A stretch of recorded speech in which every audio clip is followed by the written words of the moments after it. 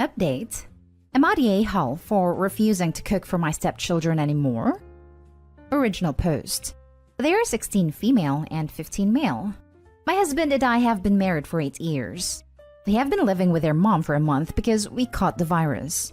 Fortunately, they were with their mom and didn't catch it. Normally, we split custody. Ever since they have returned home, they have been very critical of my cooking.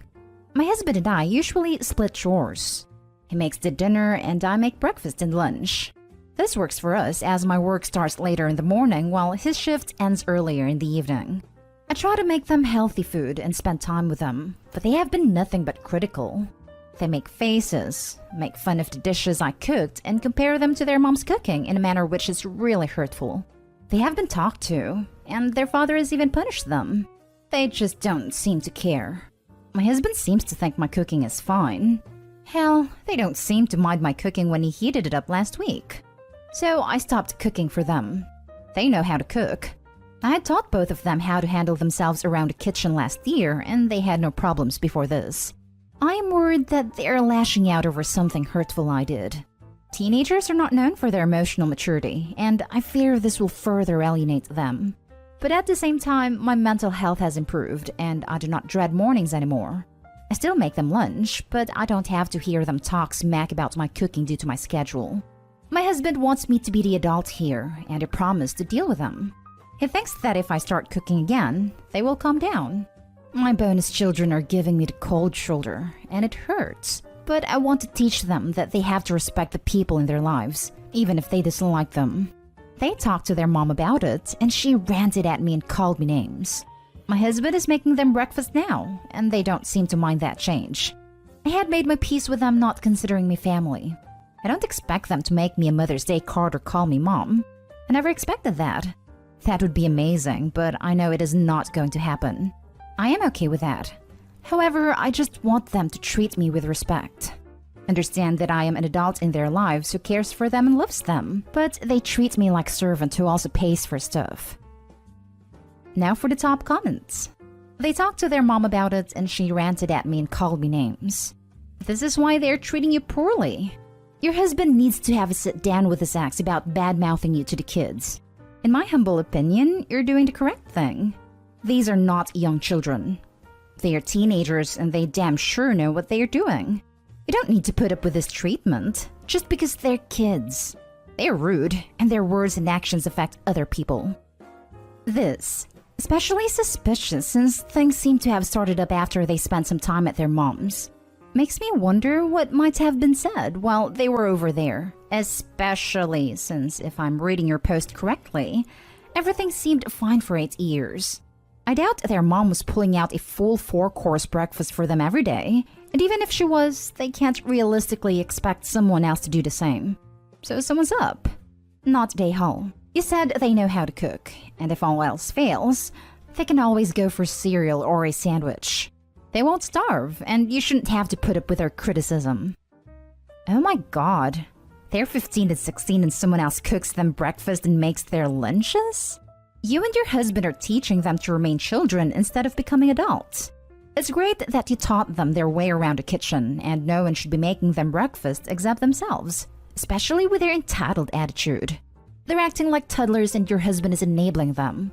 You are not the a-hole for setting and maintaining healthy boundaries. Yeah, I was making my own breakfast from a much younger age. I just leave out cereal, milk, and bread for them. I'm worried they are lashing out over something hurtful I did. What did you do that was hurtful? Also, what's wrong with 2 teenagers making their own toast or cereal and fruit in the morning? I was living out of home already by their ages and made my own damn food 3 times a day. But even at say 12 to 13, I made my own breakfast and school lunch, and the parental figures would only ever make dinner. They're not young children. They're fully capable of making their own breakfast and lunch. I'm not voting on your a-hole rating until you answer my question about what you think they may be retaliating over. I have been racking my brains thinking about something I did which would cause this reaction. I can't think of anything. That worries me even more for some reason. Am I being too oblivious to what I did? And now for the update. I made my post I think 2 weeks ago and a lot has happened. I realized that I was not an a-hole for not cooking for them. I continued to not cook for them and they continued to ignore me. It was hurtful, but I was getting used to it. I talked to my husband about enforcing rules and talking to their mother to ensure that we can solve this issue, but he is reluctant to start drama because he is afraid of going back to the court and having to change the custody agreement. However, all this took a backseat. My father received a very bad diagnosis. It is pretty bad. It sent me to a very bad place and I was just getting by on autopilot for a week. My stepdaughter walked in on me crying in my room. I think she was looking for her dad. She sat next to me and apologized. She teared up a little and told me that she's scared that I will force Dad to move them permanently to their mothers. That made me cry harder. I told her that even though we may not get on all the time, I always missed them when they were at their mothers and house would feel empty without them here. After this conversation, things are better now. I won't say we are doing fine all the time, but we are doing much better than before. The people who guessed that their mother put them to it were correct. After some a bit more talking to my stepchildren, I realized what that something we did that really hurt them. My stepdaughter told me that we didn't call them when we were sick with the virus. But we did. In fact, we were frustrated that they didn't pick up. But we chalked it up to their mother's very strict screen time policy, where the phones are under her care and not with them, and them being busy with classes. We just resorted to texting them.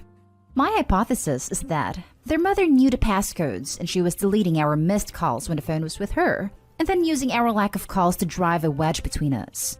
I have not told anyone about this theory, but this seems like a good theory. I have let this thing slide for now as I'm more focused on helping my father with his treatment. I really want to thank everyone who commented. I know this is not a happy update, but I want to let people know what happened. Opie, talk to your husband first, but I have an idea.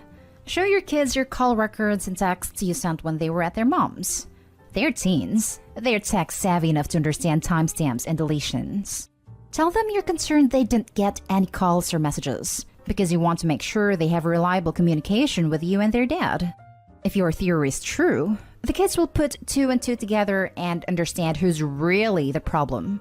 If that's the case, it may be worth talking to a lawyer and revisiting custody.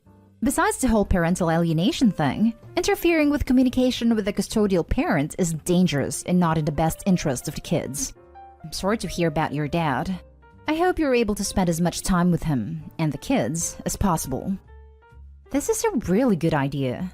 Opie, I understand you don't want to add any fuel to the drama and your husband's worries, but I think the kids do need to understand what their mother is capable of.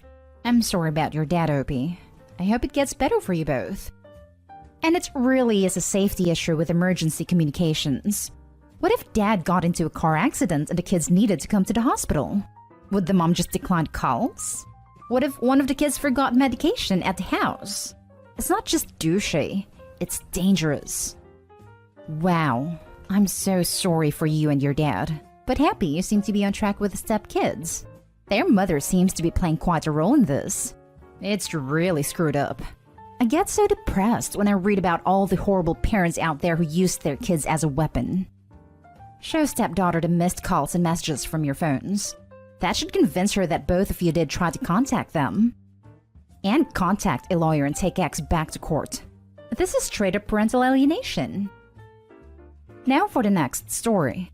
Am I the a-hole for not wanting to be part of my step-family's business? So my mom married my stepdad when I was 12. Both had kids. Mom had me, 25 female, and my siblings, 20 female, 19 male, 18 female, and my stepdad has his 3, 18 female, 16 male, 16 female. We lost our dad a year before. Stepdad lost his first wife 3 years before. As the oldest, I blended less well than the others. I'm fine with everyone. I get along with everyone, and I have no problems. But I don't love them. I don't consider my stepdad my dad or even as much as a parental figure as they would like. My step-siblings don't feel the same as my siblings. It's not really a big deal. I can treat them all the same and fake a bond and stuff that I don't feel, and I have no issues with any of them like I said. But I do have some boundaries. Like I kept my last name when my siblings changed theirs. And for Father's Day, my card was always separate from the main one because I was not okay getting him a dad/father Father's Day card. It had to be stepdad. Now, my mom and stepdad want to open up a family restaurant, and my siblings and step-siblings all want to be involved. And I don't. I expressed this to them as not my thing, but my mom knew I was saying no in part because of how I feel. And she told me it was making it very obvious because I have been involved in my paternal family business since high school, and that it looks like an out rejection. I told her the simple fact is, I'm not interested. And they have a lot of people already involved, so it's not like it's a big deal. She told me I'm making myself look like the red-haired stepchild, and I told her that I am a stepchild. I have a step-parent. That's not a bad thing, and it's not something I'm ashamed of. She told me I didn't have to be a stepchild. I could have had another dad. I told her I could have, but I didn't want that. She told me the family business wants and needs me. I asked her, since pictures of the grandparents and deceased relatives are going up on the walls in this idea, would the deceased parents be going up there too? And there was silence. My brother told me they're sad I don't want to be part of it, and it would be such a cool family thing to have. And now my mom's words are stuck in my head. Not a-hole. Now for the comments. Not a-hole. Seriously? Stay away. If you don't want to be part of it, stay away from it. The restaurant business has a level of volatility that's unlike any other industry. It tears families apart. Starting a restaurant and making a profit from it is very difficult and easily failed. Rent is expensive and overheads are high. I can write a whole essay as to why family restaurants can fail. The hours are long, the work is not fun, and everyone is exhausted at the end of the night. Most restaurants fail in the first few years because it's so difficult. Stick to your decision, Opie. Use any excuse you can, but steer clear of this mess. Not day-hole. Not day-hole. How many family businesses does you think you need to be a part of? And if you've had boundaries since you were 12 about how blended you wanted to be, why is she still harping on this 13 years after the fact? I think she thought I would feel like the odd one out, or like I was missing out on something. But I have never felt that way, and I know that bothers her because she wants me to be a part of it. Clearly not the a-hole. You feel what you feel or even not. It is your choice. If it doesn't feel right to participate, then don't participate. It is only up to you. You don't need to do things just to make others feel better. Do what is good for you. Not the a-hole. It would be counterproductive to put someone who's not passionate about the business responsible for said business anyways. You have your own goals and aspirations that you want to do and should not be chained to a career your family made. Last story is titled, Am I the a-hole for throwing my sister-in-law and her kids out after calling her a bad person because she called me a bad mom? My 33 female husband's 33 male oldest sister Rachel, 41 female, loves to stop by so her kids can spend time with mine. Rachel can be annoying, but she and my husband have a good relationship, and I always wanted to cultivate healthy relationships between everyone. But last weekend, I hit a breaking point and caused some added damage than was already done. Potentially. So, my youngest is 6, and he has sensory issues. He has many issues with clothes. Can't wear certain fabrics, can't stand socks, even needs special underwear and would go around naked if he could. Sister-in-law has always been into knitting sweaters and gives them as gifts. She has also gifted clothes to the kids before. We explained many times about our son, and my husband has said while we appreciate the gifts, he can't wear them without being driven crazy. So she was looking through some photos while she was here last weekend. My husband was working, and she commented that none of the holidays pictures had him in the sweater, and that he never wears the clothes she buys.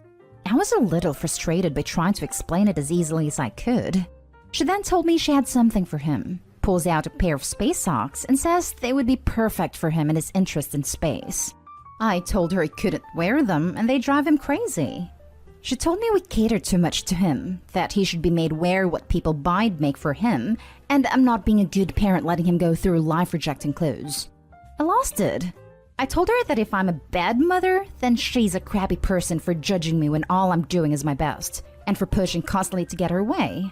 I told her we had explained things as clearly as we possibly could, and we have been over this for over 3 years now, and she's still not willing to open her mind to the possibility that we're all just doing our best. She told me good parents help their kids be better than rejecting stuff. And I told her to take her kids and leave because she was not welcome in my home anymore.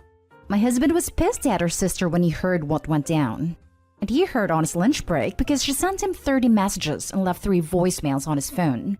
The rest of the family say I should have not treated her like that in front of the kids. And kicking the kids out was wrong. Am I the a-hole? Not the a-hole. Thanks for standing up for your kids' sensory issues. I didn't have that growing up and I can still feel awful tights in my legs, scratchy dresses, non-stretch pants. I'm 35 and I buy my favorite clothes in multiples because they feel good. You can tell your sister-in-law to go to hell. And forcing people with sensory issues go wear certain clothes is a special kind of hell in itself. You would think she would take the hint after 3 years of explaining it to her in plain English that the son cannot wear her gifts. Enough is enough. She showed absolutely no consideration for the son's sensory issues. And the nerve of her of pushing her ideology of what constitutes a bad parent just because you allow him to wear what is most comfortable. She can take her snarky butt and her unwanted gifts back with her. Not the a-hole. Isn't it funny that the people who pester you over and over again are always the same people who are shocked to pick at your face when you hit your limit and go off? And somehow always blame you for it.